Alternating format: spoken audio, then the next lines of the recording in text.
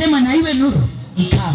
Lakini alipofika kwa mwanadamu akasema kwamba na tumfanye mtu kwa mfano wetu. Haleluya.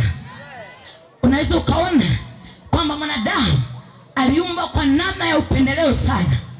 Aliumbwa kwa namna ya upendeleo mno. Ndio maana Mungu akamweka, alipomaliza kumuumba akamtengenezea bustani inaitwa bustani ya Edeni.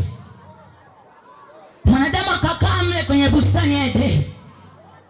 Lakini huyu mwanadamu Mungu akampa maagizo ya kwamba ndani ya hii bustani kuna miti au kuna mti ambao hutakiwi kula, ambao hutakiwi kuchuma matunda yake.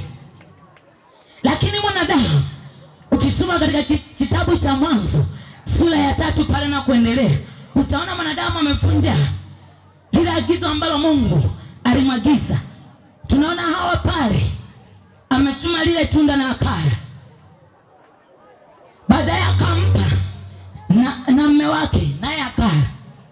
Ukisoma pale Biblia inasema kwamba wakajiona wako uchi.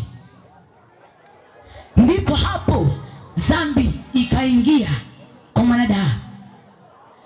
Baada tu ya kumkosea Mungu, uungu waliokuwa nao au ushirika ambao walikuwa nao na Mungu ukaondoka. Ndipo mateso yakaanzia pale. Bwana Yesu asifiwe sana. Bwana Yesu asifiwe sana. Lakini Mungu kwa upendo wake ulio mkuu sana kwa wanadamu akaona sio vema, acha nitafute namna ya kumrejesha huyu mwanadamu. Acha nitafute namna ya kuwa na ushirika na huyu mwanadamu, kwa sababu nimempenda na nilimuumba mwenyewe. Tena sio tu kumuumba, nimemuumba kwa mfano wangu. Akasema ngoja nitafute ushirika. Akaanza kutafuta ushirika na mwanadamu.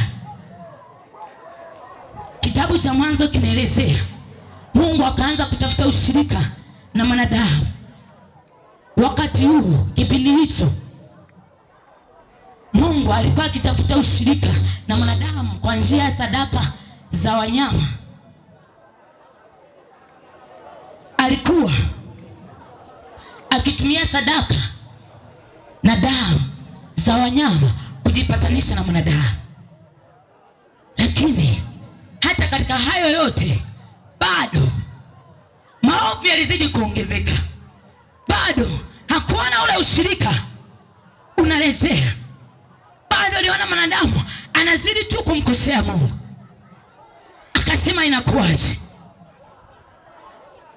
Akasema inakuwaje? Nitafute nani mwingine ambaye atafanya upatanisho na hao wanadamu. Ndipo kikao mbinguni kikafanyika. Mungu akauliza, ni mtume nani ili aokoe ulimwengu? Yesu akajibu akasema, nitume mimi Baba nikaokoe ulimwengu. Ndio kitabu cha Yohana sura ya 3 mstari wa 16. Biblia ikaanza kusema ya kwamba kwa maana jinsi hii Mungu aliupenda ulimwengu hata akamtoa mwanae wa pekee ambaye ndiye Yesu Kristo afe msalabani ili mimi na wewe tupate kuokolewa dhambi zetu. Bwana Yesu asifiwe sana. Amen. Bwana Yesu asifiwe sana.